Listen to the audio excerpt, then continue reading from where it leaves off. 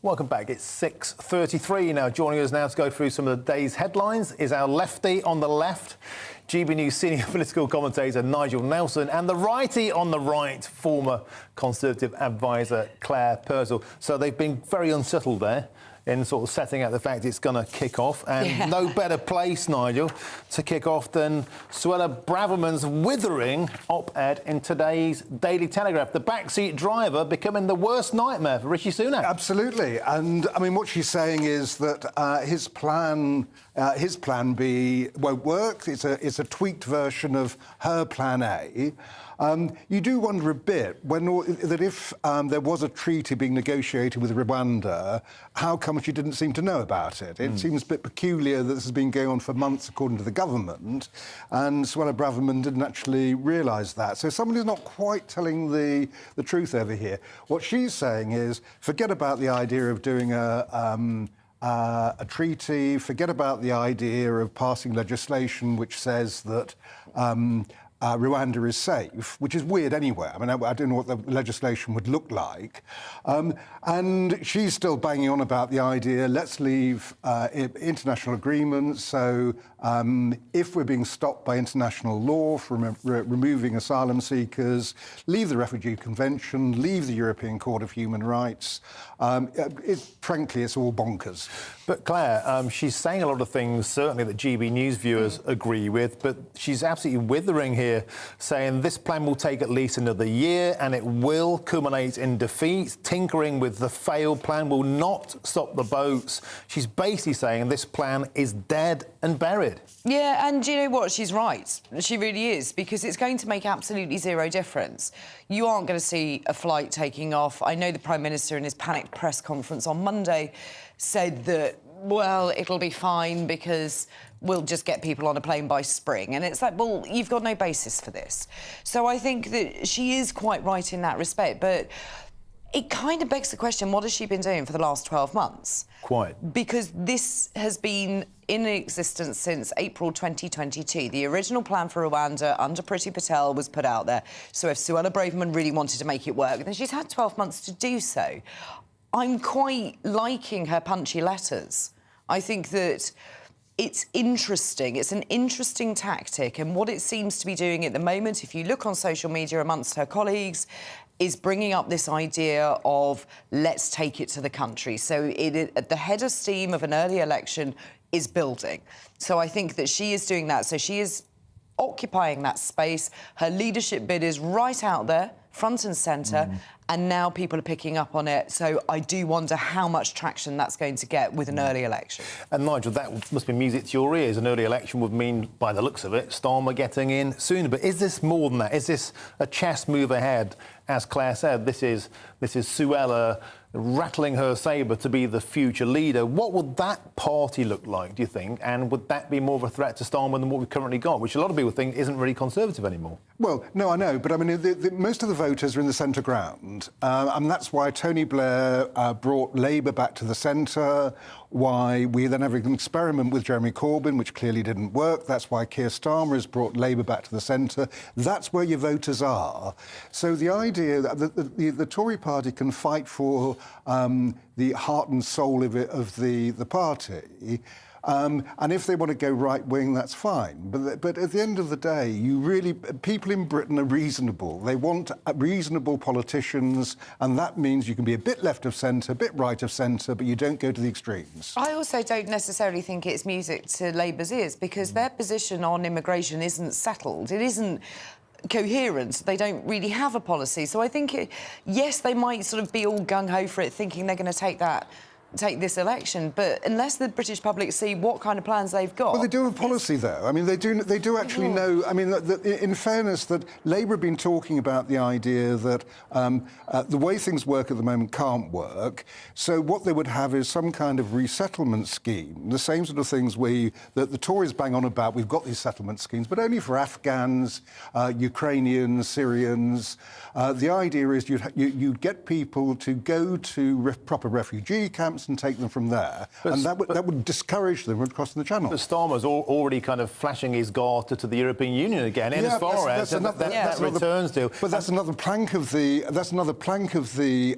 policy. Well, plank's one word that's been used about it all, Claire. I was going to say that's a very apt word for it, because all it looks like to the general public, if you minus off some of the words that you've used there, it's open borders. And I think that's what people are going to see, because he's saying we're going to make this, and this, and more people are going to come in. And that's what it boils down to. What are Labour going to do about actually controlling borders? Because there are no serious plans in place. And I wonder if that's why Labour have been pretty quiet on this whole situation, because they want the rats in a sack to kind of, bite each other in the Tory corner. But they don't seem to have a specific plan of their own to get to the issue of stopping the boats, other than the criminal gangs. But we've been trying that for years. It hasn't worked. Yeah. I mean, in fairness, the government has been trying that. But, I mean, it's more than the criminal gangs. It's the idea of having proper settlement schemes I've just mentioned. Keir Starmer has also talked about this idea of seeing if we can do a deal with Europe about returning asylum seekers back to the countries that they came from the last time round. We lost all that through Brexit. The Tories put out, I mean, Claire's... You had to get the B word in. Nice one. Great. Well, it's true, but I mean, the Claire's lot keep banging on about, that means 100,000 migrants will come into Britain, which is absolute nonsense. That was a scheme that the European Council came up with. It was to distribute migrants based on population around European states. We're not in Europe, so therefore that will not happen. But, Claire, I'll let you reply to that. Go on. Yes, no, we're not in Europe, but if you are going to do some of those kind of deals and say we're going to send you a lot of people back, they're going to want you to sign up to some kind of sharing of the responsibility. I mean, good luck if Keir Starmer thinks that he can go over there and say we're just going to send them back, we're not taking any in return. I mean, it isn't going to happen. But it would be ridiculous to send, say, 20,000 of ours back to accept 100,000 of theirs. I mean, and that's no Prime Minister would do that why kind of deal. He's not going to be able to manage that. OK, well, we could argue about Brexit and Starmer and immigration all day, and I'm sure the viewers love that. But let's move on, Claire, to your next story. This is a new benefits crackdown. The jobless don't accept work. Yeah, and for once, I think that the government is coming up with some pretty good ideas that's going to resonate with the general public. Nobody wants to go out and work hard, which everybody is doing, paying their taxes, not having much money left at the end of the month, to see people sitting around doing nothing, not looking for work. So this is coming up at the moment. I think it's Jeremy Hunt that's put this forward to say, if you are not actively seeking work, if you are not engaging with the system, then we will remove any rights to the benefits system, to free prescriptions, dental care, all of the things that the rest of us have to pay for. If you aren't going to contribute into society, if you are not going to put yourself out there, then why should you be in receipt of taxpayers' money? Nigel, a lot of people would say that's common sense politics. Yeah, well, if you want to make people completely destitute, then certainly homelessness will not be a lifestyle choice, but that's what's going to happen. No, I mean, something like this, I mean, it makes me feel really uncomfortable. One particular aspect of it is that sick notes wouldn't be approved by GPs, they'd be approved by DWP staff. I mean, that seems to me absolutely ludicrous. If you're giving a sick note, a doctor should do it. But then there was a story this week identifying how it's becoming incredibly easy to get sick notes online through an online referral, and people are taking advantage of that. So surely most people would say we need to be more stringent across how people are given benefits, and this seems like a good starting point. Whether it's done through online e-consult at GP surgeries, you still want a GP to be the one who signs off the sick note. You want a medical professional doing it, not some official from Whitehall. But in the old days, Claire, it was I've got a bad back, and now it's I've got mental health issues. Not to undermine serious mental health issues, but the point is, a lot of people do believe that the system has too much wiggle room for people who want to, scam it. And I think that there are a certain portion of the population who will use those excuses, which then makes it harder for people with actual mental health or addiction issues to seek the help and get the help for themselves. So, and I will agree with Nigel on this. I'm not convinced that the DWP are the right people. They can't manage the workload that they currently have. I'm not sure government is in any fit state to start adding more responsibilities onto them.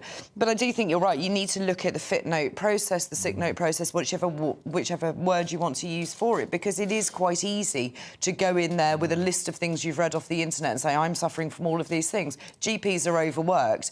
They haven't got time to question you. There are very limited resources for those with mental health problems as it is. They don't want to add to it. They're going to sign them off. So I think we need to look at the whole system because it doesn't work. I think a lot of people will concur. Guys, please stick around. We're going to come back to you shortly. But now it is 6:44 almost. And if you've just joined us, a reminder of your top stories this morning. The now sacked Home Secretary Suella Braverman continues her war of words on the Prime Minister, warning that tinkering with a failed plan will not work and that no asylum seekers will be sent to Rwanda before the next general election. And Labour is riding high in the polls, but division over the party's Middle East stance threatens to bring their party too into civil war territory as Scottish Labour leaders face an MSP Gaza rebellion. And the GBNEWS exclusive investigation, explosive allegations that a job centre has given violent sexual offenders and even murderers work placements without any restrictions or monitoring.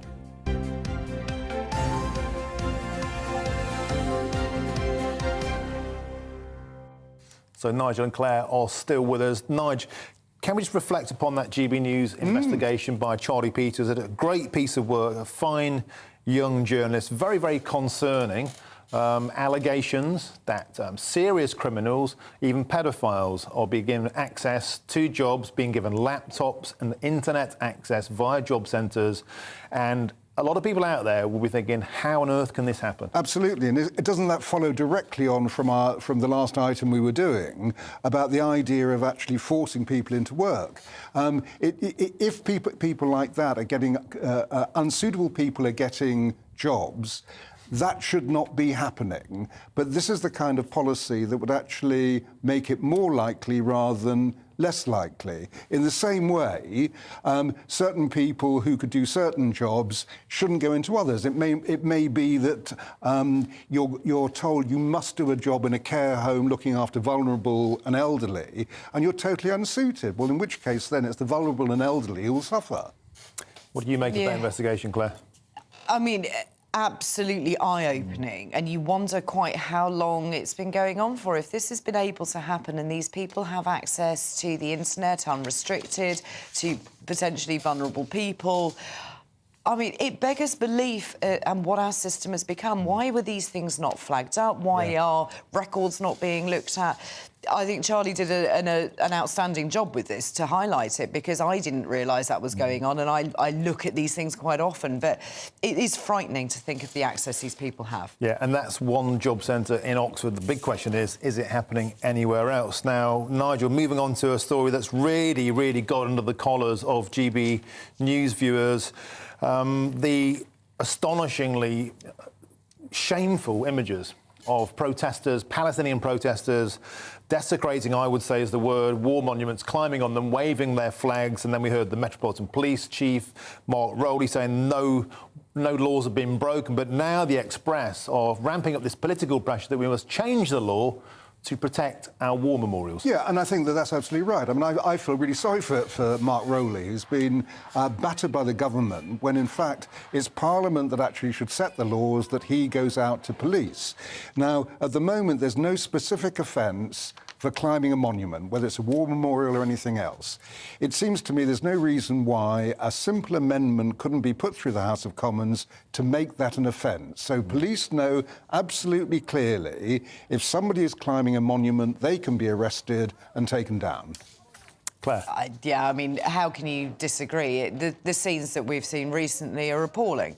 These monuments are for those who fought for our very freedoms, and the irony is not lost when the people climbing over them also want freedoms in a different country. And I just think that we need to be able to say to the police, this is an offence, here is the law, it should be done very quickly through the House of Commons. I don't think anybody would come up with a reason as to why it's not a good idea. I wonder if new laws are the answer, just to both of you, or is it just they're not enforcing existing laws? We've covered the story all week on GB News, and a load of former coppers have said to us there is there's ample law to get these people nicked, disturbing the peace, incitement to hatred. You know, there are clear laws. And for example, if it had been a white working-class football fan up Nelson's column, I think their feet wouldn't touch the floor before they got put in the back of a meat wagon. But I think the problem is it's not specific to a war memorial or some kind of monument. Yes, you've got a fray, you've got breach of the peace and things like that, but if somebody is physically standing up the top with a flag, that in itself is not an offence. So the police are in a really difficult position because the law isn't particularly clear, it's not particularly helpful to them. So, yes, there are laws in place, but they aren't specific enough. So why don't we just tighten that up? Why don't we make it specific? And then there is no room for anybody to negotiate that it's not a good thing. OK, guys, well, stick with us because